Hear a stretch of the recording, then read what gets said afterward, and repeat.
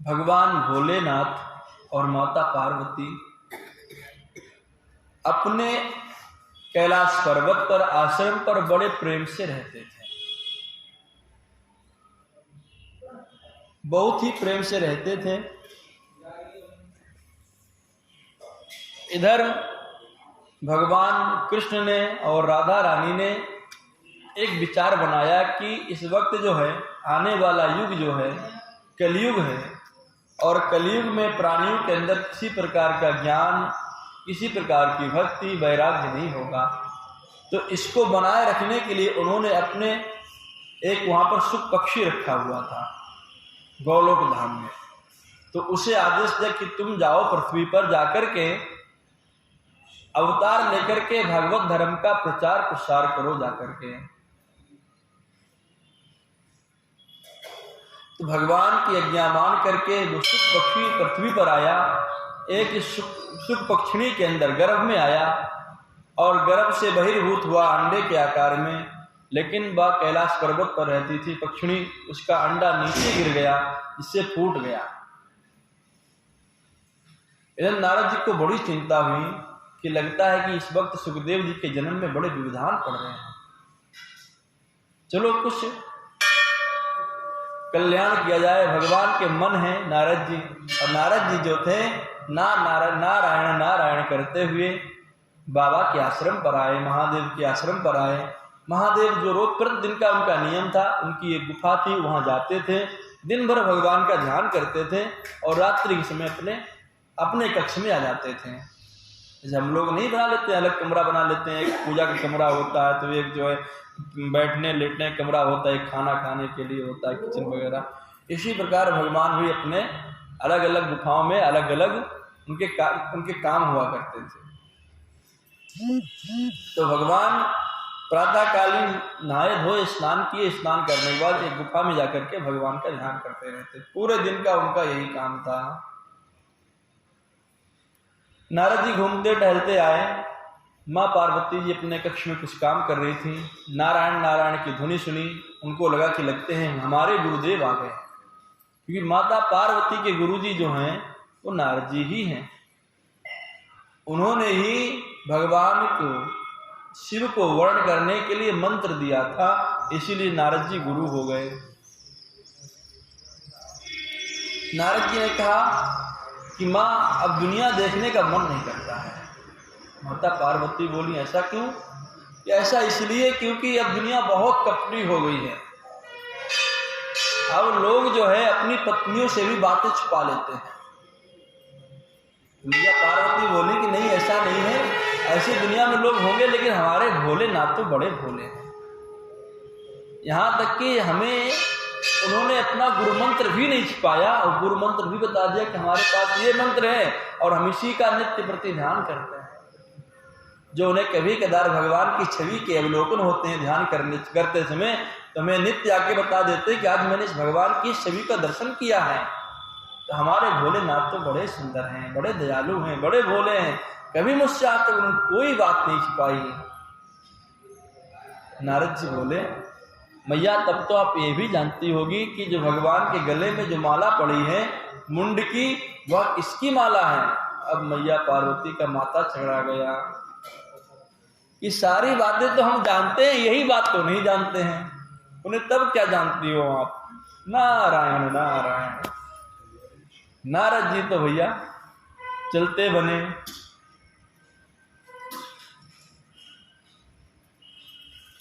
उधर भगवान भोलेनाथ अपने कक्ष को आ रहे थे, मैया पार्वती के कक्ष में आ रहे थे तपस्या करके। तो नारद जी को जाते देखा भगवान भोलेनाथ ने, नारद जी को आवाज दी, नारद जी। नारद जी ने कहा बाबा आपको प्रणाम, माता जी याद कर रही हैं। भगवान भोलेनाथ ने कहा जब आप कक्ष में माता से मिलकर के आए हो तो माता जी तो याद करेंगी ही करेंगी। भगवान भोलेनाथ पहले से समझ गए और अपने कक्ष में गए। तो मैया पार्वती, माता पार्वती उस वक्त बहुत क्रोध में बैठी हुई थी। भगवान भोलेनाथ ने पूछा देवी आज इतनी क्यों गुस्सा में हो, क्यों क्रोधित हो रही हो, क्या कारण है? देखो तो आपकी भूमियां तनी हुई हैं, रंग जो चेहरे का रंग है वो उड़ा हुआ है, क्या बात है? माता पार्वती बोली, हमसे मत पूछो, आप बोलो मत। बताओ तो देवी हुआ क्या? कह रहे ये बताओ तुम्हारे गले में मुंडों की माला पड़ी है, किसकी है? भगवान भोलेनाथ चुप हो गए। अरे थोड़ी देर के बाद उत्तर दिया, देवी ये आपके ही मुंडों की माला है। अब तो मैया पार्वती को और क्रोध आ गया। कह रहे हमारे एक मुंडों की माला आप कैसे पहन लिए? उन्होंने कहा, देवी जब तुम मर जाती है तुम्हारे सर को काट करके माला में पिरो देता हूं। मैं तुमसे इतना प्रेम करता हूं। अच्छा प्रभु, आप जब मैं खत्म हो जाती हूँ तो आप क्यों नहीं मरते हो? तो उन्होंने कहा कि हमने अमर कथा सुन रखी है और आपने नहीं सुनी। और तब तो आप और बड़े वाले कुट्टी कि अगर आपके पास अमर कथा है, आपने सुन ली है, तो आपने हमें क्यों नहीं सुनाई? भगवान भोलेनाथ ने कहा कि नहीं देवी, हमने कई बार सुनाने का भी प्रयास किया और ले जाकर के भी तुम्हें सुनाने का प्रयास किया, लेकिन तुम्हारा कभी भी मन नहीं लगा।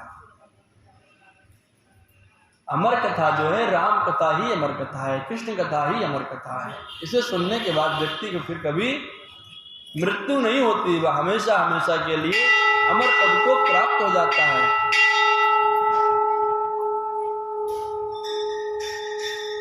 कई बार सती मैया को सुनाने का प्रयास किया। मैया ने जिद की, देखो ऐसा है, हमें वह कथा सुनाइए, हम भी कथा सुनेंगे, अमर कथा। भगवान भोलेनाथ ने कहा, ठीक है अच्छा देवी, लेकिन ये थोड़ी गोपनीय है, इस सभी को नहीं सुना जाती है। जो भगवान के भक्त होते हैं केवल उन्हीं को प्रदान की जाती है। तो अमरनाथ में, जहाँ आपने सुना होगा, अमरनाथ में भगवान भोलेनाथ जी रहते हैं, वहीं माता पार्वती को अमर कथा सुनाने के लिए लेकर के गए और अपना डमरू बजाया। जितने वहां के पशु पक्षी थे वो सब वहां स्थान को खाली करके चले गए। लेकिन जो सुख पक्षी का जो अंडा था वो गिरा हुआ था, फूट गया था, जिसके अंदर प्राण नहीं बचे थे, जिससे सुखदेव जी का जन्म होना था, वो वहीं पड़ा रह गया। बाकी सभी पशु पक्षी उस स्थान को खाली कर दिए और भगवान ने कथा कहना प्रारंभ कर दिया। माता पार्वती से एक शर्त रखी कि देखो देवी, जब स्कंद पूरा होगा, स्कंद मतलब जो जितने अध्यायों का एक समूह स्कंद है वो पूरा होगा, तब आपको एक बार ओम कह करके हमें बताना होगा कि जो है कि मैं सुन रही हूँ कथा। हुंकारा भरना पड़ेगा। माता पार्वती ने कहा कि ठीक है प्रभु। अब भगवान नेत्र बंद करके कथा सुनाते थे, नेत्र बंद किए, भगवान का ध्यान किया और भागवत भागीरथी प्रभावित होने लगी। हर स्कंद में माता पार्वती हुंकारा की आवाज देती, भगवान को लग रहा था कि कथा सुन रही हैं। धीरे धीरे जो सुख पक्षिणी का जो अंडा पड़ा हुआ था उसमें प्राण आ गए और वो भी कथा सुनने लगा। जन्म हो गया सुखदेव जी का। 9 स्कंद पूरे हो गए। जैसे 10वां स्कंद प्रारंभ होने का था, भगवान ने जयकार लगाई, 9वां स्कंद पूर्ण हुआ, बोले कृष्ण कन्हैया लाल की जय। माता पार्वती ने हुंकारा की आवाज नहीं दी। अब सुख पक्षी ने सोचा कि लगता है माता जी तो सो गई। अगर हुंकारा की आवाज मैया ने नहीं दी तो भगवान भोलेनाथ कथा सुनाना भी बंद कर देंगे और अब तो हमारे भगवान श्री कृष्ण की यह कथाएं आने वाली हैं। 10वें स्कंद में भगवान श्री कृष्ण की कथाओं का वर्णन किया गया है। तो सुख पक्षी ने जो थी आवाज लगा दी, अपने अब्बा हुंकारा की आवाज देने लगा। जब कथा संपूर्ण हुई तो भगवान ने पुनः जयकारा लगाया, बोले कृष्ण कन्हैया लाल की जय, श्री भागवत भगवान की जय। वैसे मैया पार्वती की नींद टूटी। प्रभु आगे क्या हुआ? मैं देवी क्या कह रही हो आप? उन्होंने कहा हाँ आगे क्या हुआ? मैं कथा तो पूरी हो गई। भगवान ने कहा कथा तो पूरी हो गई। नहीं प्रभु मैं तो सो गई थी बीच में। अच्छा पार्वती, तुमने ये जन्म भी व्यर्थ कर दिया, इस जन्म में भी तुम कथा नहीं सुन पाई। लेकिन आखिरी हुंकारा की आवाज कौन दे रहा था? तब देखा कि छोटे से छिद्र में एक सुख पक्षी ऊपर गुफा के पास बैठा हुआ है, वही हुंकारा की आवाज दे रहा था। तो भगवान को भगवान ने जब उसको देखा तो बड़े क्रोधित हो गए और क्रोधित होकर के उन्होंने अपने त्रिशूल को आदेश दिया कि जा उसको समाप्त कर दो। बासुक पक्षी बेचारा भाग खड़ा हुआ त्रिशूल को आते देख करके और भागा भागा भागा भागा जहाँ व्यास जी रहते थे, बद्रिका आश्रम विशालापुरी में। एक वहाँ जाएंगे तो आप देखेंगे माड़ा गांव के आगे व्यास गुफा पड़ती है। उसी वक्त व्यास की पत्नी का नाम था वीटिका। वीटिका जो थी भगवान सूर्य नारायण को अर्घ दे रही थी और अर्घ देते समय उनको जमुआई आ गई। जैसे जमुआई आई शिव पक्षी आया सीधे मुख द्वार के द्वारा सीधे गर्भ में प्रवेश कर गया। इधर भगवान ने लोक लज्जा के कारण उस वक्त भगवान जो वेद व्यास थे वो आश्रम पर नहीं थे, तो लोक लज्जा के कारण वो आश्रम के अंदर प्रविष्ट नहीं हुए और वहीं द्वार पर खड़े हो गए। वेद व्यास सरस्वती नदी में स्नान करके वापस लौटे और लौटने पर भगवान ने कहा कि व्यास जी आप यहाँ मेरा एक चोर घुसा हुआ है, आप जिसे बाहर निकालें। तो वेद व्यास ने कहा भगवान आपके पास धन तो है नहीं, चोर क्या चोरी करके भाग गया आपका? केवल भांग धतूरा आप खाते हैं और चोर वो चोरी करेगा नहीं, वो तो कहीं भी रास्ते में मिल जाएगा, कहीं भी भांग खड़ी होगी, कहीं भी धतूरा पड़ा होगा। तो चोर ऐसा क्या चोरी करके भागा है? ना तो आप पास कोई ऐसा गाड़ी है, ना तो कोई यहाँ पास अच्छे घोड़े हैं, ना तो आप पास कोई राज्य है, तो चोर क्या चोरी करके भागा है? अरे वस्त्र अच्छे पहने होते चलो तब भी चोर के चलो बस चोरी करके भाग गया, तो वो भी आप देख साल लपेटते हो कि बागाम्बर पहनते हो। तो प्रभु हम जानना चाहते चोर क्या चोरी करके भागा है? तो भगवान ने कहा कि वह जो था चोर मेरी अमर कथा चुरा करके भाग गया है। तो वेद व्यास ने कहा प्रभु जब उसने अमर कथा सुन ही ली तो वो तो अमर हो गया, अब वह कैसे मरने वाला है? भगवान शिव जी को लगा कि बात बिल्कुल सही है, आशीर्वाद की अब तो इसे आप चोर को आशीर्वाद दे दो कि जो है इसका कल्याण हो और ये धर्म का प्रचार प्रसार करे। भगवान भोलेनाथ ने कहा कि ठीक है हम चोर को आशीर्वाद दे करके जाते हैं कि इसका कल्याण होगा और ये धर्म का प्रचार प्रसार करेगा। सुखदेव जी को भगवान भोलेनाथ ने आदेश दे दिया और शुक पक्षी जो था अपने मातृगर्भ में ही बना रहा। धीरे धीरे सुखदेव जी को 12 साल हो गए और माँ वीटिका को बहुत परेशानी होने लगी, बहुत ज्यादा।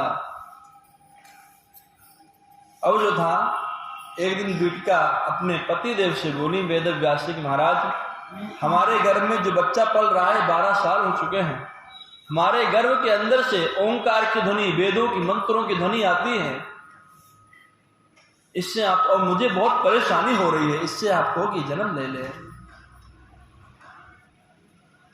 वेद व्यास ने कहा बेटा तुम बाहर आ जाओ, तुम्हारी माता को बहुत कष्ट हो रहा है। तो सुखदेव ने अंदर से उत्तर दिया पिताजी मैं बाहर आने वाला नहीं हूँ, क्योंकि बाहर जो है विष्णु की माया बहुत प्रबल है और जैसे मैं जन्म बाहर लूंगा आकर के वैसे मुझे वो घेर लेगी, फिर मैं कभी संसार से छूट नहीं पाऊंगा, इसलिए मैं तो यहीं पर रहूंगा, भगवान की पूजा करता रहूंगा। सुखदेव जी मातृ गर्भ के अंदर ही भगवान का मंदिर बना करके उसे मंदिर मान करके उसके अंदर पूजा करते थे, भगवान का ध्यान करते थे। उन्होंने कहा बेटा तुम्हारी माता को बहुत कष्ट है, बाहर आ जाओ। तो उन्हें पिताजी एक शर्त पे आ सकता हूं केवल कि साक्षात भगवान विष्णु आकर के मुझे वरदान दे कि तुम्हें मेरी माया स्पर्श नहीं करेगी तभी मैं बाहर आऊंगा। तो वेद व्यास ने भगवान विष्णु का ध्यान किया और भगवान विष्णु प्रत्यक्ष रूप में प्रकट हो गए। उन्होंने आशीर्वाद दिया कि बेटा तुम बाहर आओ, तुम्हें मैं आशीर्वाद देता हूं कि तुम्हें मेरी माया स्पर्श नहीं करेगी। जैसे ही भगवान विष्णु ने आशीर्वाद दिया सुखदेव जी ने जन्म लिया और सुखदेव भगवान की। और सुखदेव जी जन्म लेते ही उन्होंने पिताजी की तरफ एक बार भी मुड़ करके नहीं देखा, निगाह नहीं मिलाई, माता की तरफ भी नहीं देखा और सीधे जंगल की तरफ जाने लगे। पिताजी ने बहुत रोकने का प्रयास किया, बेटा रुक जाओ, बेटा रुक जाओ। वेद व्यास जी रो रो कर उनका हाल बुरा हो गया, लेकिन सुखदेव ने एक बार भी अपने पिता की तरफ नहीं मुड़ करके देखा।